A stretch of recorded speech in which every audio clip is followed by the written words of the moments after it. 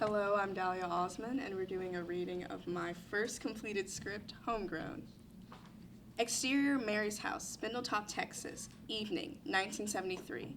On a rickety porch with wildflowers shooting from the cracks, two girls stand behind easels, facing each other. Mary, 17, a tomboy wrapped in soft denim, paints Sabine, 17, someone who's more paint than a girl. She paints the undertones of Sabine's skin, the red of her cheeks, the shadows of her eyes. Mary looks behind her canvas, seeing Sabine swipe her palette knife across the canvas with reckless abandon. Sabine grins wildly before scooping up more paint on her palette knife. Are you almost done? Mary adds streaks of yellow and orange. I'm not even close, are you? Basically, just gotta. Sabine dips her finger in the paint, streaking it across the canvas. She wipes the excess paint on her clothes. She picks up her canvas, flipping it to show Mary. Sabine's abstract painting is harsh, with haphazard palette knife strokes and colors beyond belief. Yet it resembles Mary's face. Mary scans the painting, smiling. She looks at the bottom, confused. Where's your signature? You don't need one. You already know it's from me. A Sabine exclusive. I'm honored. You should. I'm gonna be a great one day. Mary breaks a little. You already are. Nobody could stay here and be anything. Mary's father, Abel, 57, an older man with burns enveloping his body, opens the door, holding car keys in his hand. Drive Sabine home right now. What's going on? What's happening? Abel tosses Mary the keys. Mary gets up without a word and helps Sabine up too. Cut to interior Mary's truck later. Mary parks outside a modern 1970s two-story house. Sabine's mother, Dorothy, 37, is on her knees on the porch. A Marine officer stands in front of her, holding a paper. Exterior Sabine's house, continuous. Sabine rushes out of the truck, with Mary close behind. Both forget to close the doors behind them. Sabine tries to help Mary, tries to lift Dorothy up. Dorothy whispers in Sabine's ears, and Sabine falters. Mary rushes to hold her up. Sabine looks up at her, solemn and tearless. Interior Mary's bedroom, night. Mary lays in her cot and turns over to face her wall. A collection of abstract pieces decorate the wall. She continues to look at the paintings, unable to sleep. Interior Mary's bathroom, next day. The bathroom is cramped. Abel leans back in his fold-out chair, an old sheet across his neck. His eyes are closed, and his beard is covered in foam. Mary takes out a straight razor and starts to carefully shave. How's Sabine holding up?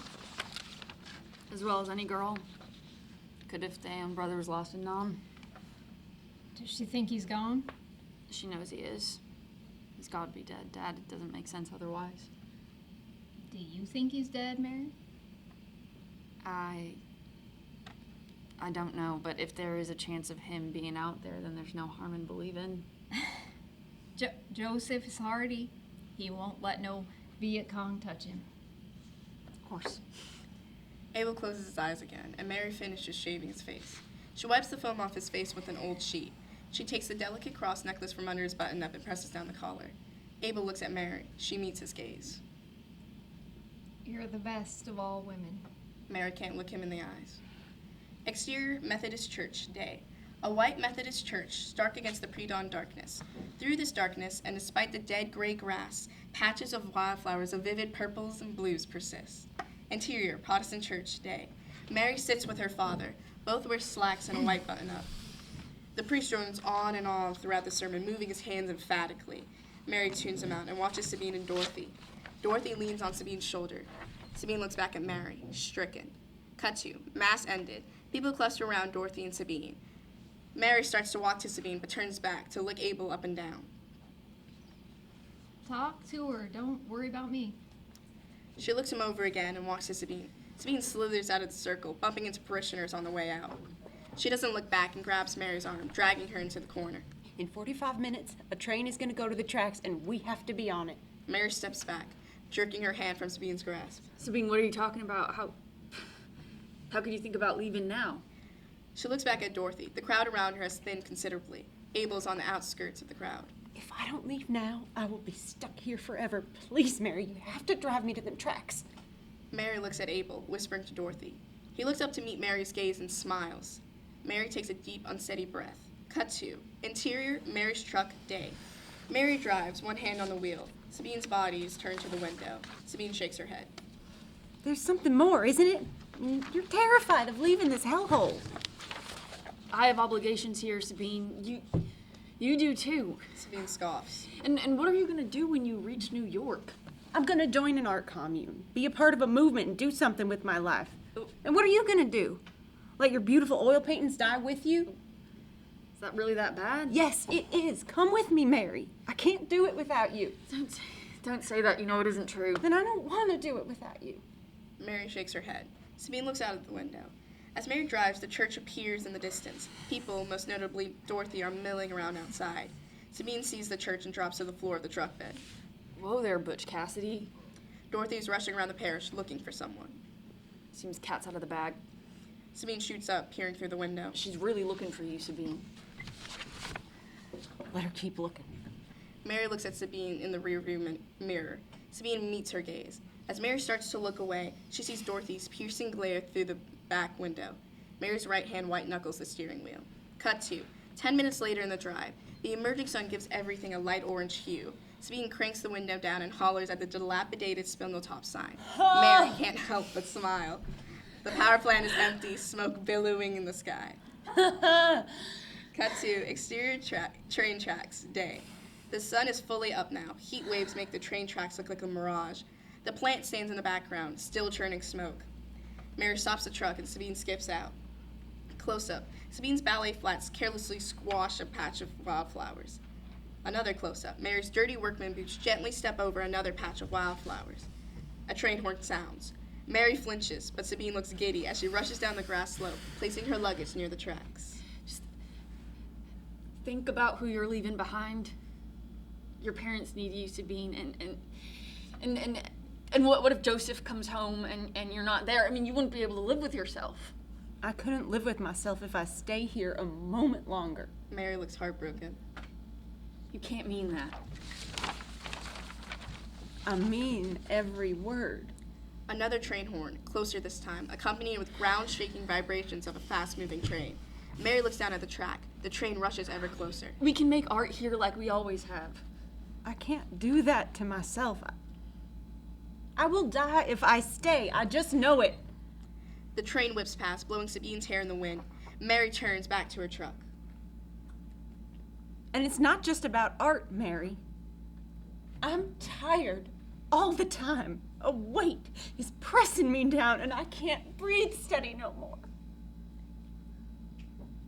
We can make it better together. Sabine grabs Mary's shoulders, turning Mary to face her. She grabs her hands. Mary, I love you more than life. But I can't stay here for you. Mary steps back and turns around again, shaking her head slightly. She starts to walk up the slope. In the background, Sabine looks between the trains and the track. The train and the car. She starts to walk up after Mary. Another train horn blares. It's gonna leave soon. Mary stands next to her open truck door. Why do you torture me like this? You'll forgive me like you always have. Mary looks up at the sky. You know, maybe this is the one thing I can't forgive. You know, I always thought that we would build our own art shop here. Teach the kids after school or something. Why'd you never tell me? I thought that you would always be here. Another train horn, louder this time. The train bounds past. Sabine's hair flutters in the wind. Mary bears down the slope as the train passes. Sabine takes Mary's hands for the last time. You were the only beauty that came from this place. Sabine, have you never seen the wildflowers? Sabine looks down, the train passing. We end on an oil painting of empty train tracks and wildflowers.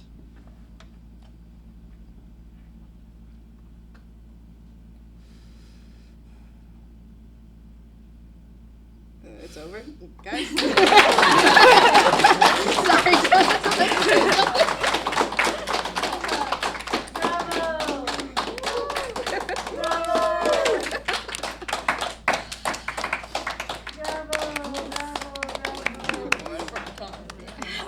Oh my goodness, I am crying. Do you know why nobody was applauding at the end? No. Why? Because we wanted it to go on. We wanted to be with these people. We wanted to see what happens to them after this and after this and after this. That's what it means when the audience is watching something and they forget to leave at the end of the movie. because you can't leave these beautiful characters. What a beautiful original relationship between these two beautiful characters. I felt the friendship was so authentic and original in the way that you, the beautiful screenwriter, told it. I love. Before I didn't understand why Joseph was not gone. Thank God he's not gone 100%. The way that you were able to just bring him and not have him there, but make him such an important character that's not in the script, was just such a beautiful thing that gave the mother and the father, Abel, and the character, that beautiful intimate scene. It said so much about the specifics of the backstory of the relationships. I saw the small town. And you know what's so amazing? As you can tell, I have an accent. As you can tell, not everybody can, but I do have an accent. It's Romanian. And you know what's so extraordinary about the way you told the story? It doesn't matter that this little town is happening somewhere in Texas, and I got I got all of you being from there. Again, bravo to the amazing, wonderful actors. You're gonna hear bravo so many freaking times. To me, it was a small town where I come from. Because you made it so universal. That's why it's like it makes me cry when you guys were like holding back the tears. It makes me cry because it's such a universal, specific story that you told. It's just breathtaking. It was just breathtaking. Bravo to you. I said to her, again, I don't know what's happening with all of you, screenwriters, but you're freaking actors out there. You get up and you're putting yourself on the spot. You're going with it. You're using all of your instrument. I love what you did. But what I said to her and what you did so beautifully, it was, if you don't want to do this and bring life to it, if you feel that you have nerves, don't do it for yourself. Do it for this beautiful creation, this beautiful art, because that art that you created deserves all the celebration that all four of you just gave it today. Thank you, beautiful work. Bravo.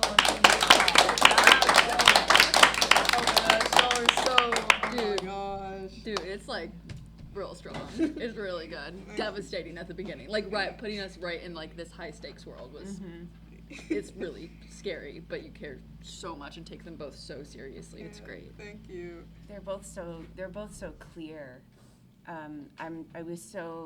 Sabine, just what she wants and needs in every moment is just very clear. And that's just a gift as an actor, because I don't have to do all the divining of it. It's just in the circumstance, it's in the text, and it just comes. And that's just a gift.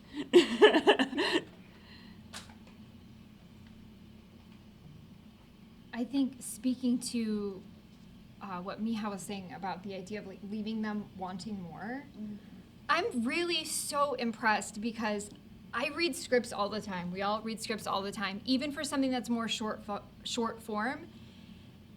And so often people are erring on the side of doing too much. And like, Dalia, your script here, and I just have to say to everyone, like the work that you've been doing to Gina workshopping this, such a clear and efficient way of telling the story and like giving your audience the credit to actually be able to read between the lines is so satisfying as an audience member, and just like, again, like very, very good use of clarity and efficiency here and description. Yeah. It's really good. Yeah, It's really cool. Thank you. I feel like all of us are like, yeah, we would be psyched to have Right. an email with this being like the audition, whatever. Yeah. Like it's really cool. 100%. I'm feeling hopeful about the future. I know. I know, right? Hopeful about the future of scripts. It feels like to me it's like just like you were saying you would love to get this in an email. It feels like it This works is for my me favorite medium. as a short, and it also to me is saying that here's an emerging artist who has the capacity to start looking at long pieces and building feature work. So it's like it totally works as a short, and also it shows me that like I could travel with either one of these characters. I could stay in Spindletop, or I could go to New York, or we could do both and maybe they come back together. I'm so interested in where both of these artists and friends go, and I just, you know, I was never worried about you, but you did come into class and say, I want to make a film about two artists talking about making art, being in a small town, like where you can find inspiration. And I thought, this is, you know, this might just be two people in a room talking, but you have taken all the critique with such openness, and you have gone from this idea that started as a seed of just a conversation, and you've turned this into a work of art. This is, to me, this is cinema. I can see the train, I can see the wildflowers, I can actually feel the climate and this like dustiness that they're in. It's like I feel like I'm there. The opening scene is absolutely gorgeous with the creation of art. The scene with the father, I mean, you're just like building all these impressionistic moments that like really just kind of lead to this shattering when, you know, one of the friends leaves. I'm enormously proud of you, honestly, just as a fellow writer. I'm in awe, and I think you just did a wonderful job, and, you know, wow, just stunned, bravo. Thank you so much, Mary. Thank you. Thank you. Oh my gosh. Dalia, bravo to you. Everything feels like what you wanted to do, as Gina said. You wanted these artists, painters. I could see them painting completely different style. Everything, this beautiful gift, this gift that you created, it's almost like you're watching these different tableaus kind of moving around in a gallery, and you don't know which direction to follow with the characters, like Gina said, because they're all so interesting and so beautifully written and played by these amazing actresses. Bravo, Dalia! Also just the setting, like putting this in wartime, in a Christian community, in a small town where one is making, I think, traditional art and the other one is doing, like, to me, I guess, like abstract art, and the tension of that, it's just gorgeous. I also just want to speak to, and I can't remember if this was in the previous edit, but the moment where they see the officers at the door of her home with her mom, like that accomplishes so much for why I would be like, let her fucking look. Because she sent him off to war, because she didn't let him use a fake excuse like I fucking said he should. You know, like it just justifies literally everything, and it's like, I'm gonna get the fuck out of here. And it, because it's more than the art. It's like, I cannot be where that is happening right now. And that justifies everything in Sabine, and I just wanted to applaud that inclusion of that moment, just from a storytelling perspective, but also it gives me all the information I need to make this totally just, yep. And I feel the same way. It made me think a lot about, like, it felt like, I'm like, oh, Sabine's gotten, like, whispering of, like, what the beats are up to, about, like, what cool shit is happening in New York, and, like, she's thinking about her life, and it felt like that. Yeah. Especially, like, seeing, like, Lizzie was so, like, beyond being, like, beautiful art girl, which, like, that character so easily could be. It was like, no, she's like right from the beginning, like the beautiful, them painting each other, beautiful. Yeah. Beautiful. Yeah. Yeah, and you're like saying what you want to say and not saying like the things that you don't want to speak. It's really good. It's really cool.